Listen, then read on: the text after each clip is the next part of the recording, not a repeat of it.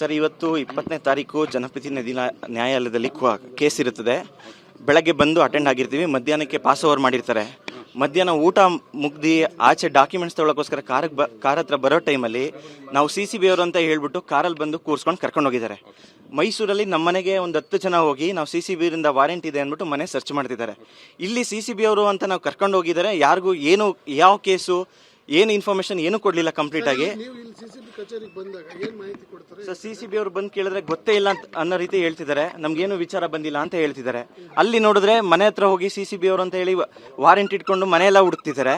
ಇಲ್ಲಿ ಬಂದು ಪೂರ್ತಿ ಏನು ಮಾಹಿತಿನೂ ಕೊಡ್ಲಿಲ್ಲ. ಏನಕ್ಕೆ ಕರ್ಕೊಂಡು ಹೋಗ್ತಿದ್ದಾರೆ ಏನು ಅಂತ ಕಾರಲ್ಲಿ ಕೂರ್ಸ್ಕೊಂಡು ಕರ್ಕೊಂಡು ಹೋಗಿದ್ದಾರೆ. ಏನಕ್ಕೆ ಈ ದಬ್ಬಾಳಿಕೆ ಮಾಡ್ತಿದ್ದಾರೆ ಅನ್ನೋದು ಗೊತ್ತಿಲ್ಲ. ಸರ್, ನಾನು ನೋಡಿದ್ದೀನಿ ಅಲ್ಲಿರೋದು ತುಂಬಾ ಜನ ನೋಡಿದ್ದಾರೆ. ಸರ್, ನಾನು ಸ್ವಲ್ಪ ದೂರ ಇದ್ದೆ. ನಾನು ಬರೋ ಅಷ್ಟೊತ್ತಿಗೆ ಕಾರಲ್ಲಿ ಕೂರ್ಸ್ಕೊಂಡು ಕರ್ಕೊಂಡು ಹೋಗಿದ್ದಾರೆ. ಅಲ್ಲಿದ್ದವರು ಕಾರಲ್ಲಿ ಕೂರ್ಸ್ಕೊಂಡು ಆ ಕಾರಲ್ಲಿ ಕರ್ಕೊಂಡು ಹೋದ್ರು ಅಂತ ಹೇಳಿದ್ರು.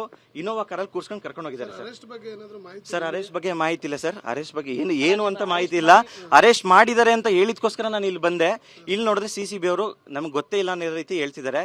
ನನಗೆ ಈಗ ಒಂದು ನಮ್ಗೆ ಪರಿಚಯದಿಂದ ಬಂದಿದ್ದು ಇನ್ಫಾರ್ಮೇಶನ್ ಪ್ರಕಾರ ಎಲ್ಲೋ ಅಜ್ಞಾತ ಸ್ಥಳಕ್ಕೆ ಕರ್ಕೊಂಡು ಹೋಗಿದ್ದಾರೆ ಅಂತ ಹೇಳ್ತಿದ್ದಾರೆ. ಅವ್ರ ಜೀವಕ್ಕೆ ಸ್ವಲ್ಪ ಪ್ರಾಬ್ಲಮ್ ಇದೆ.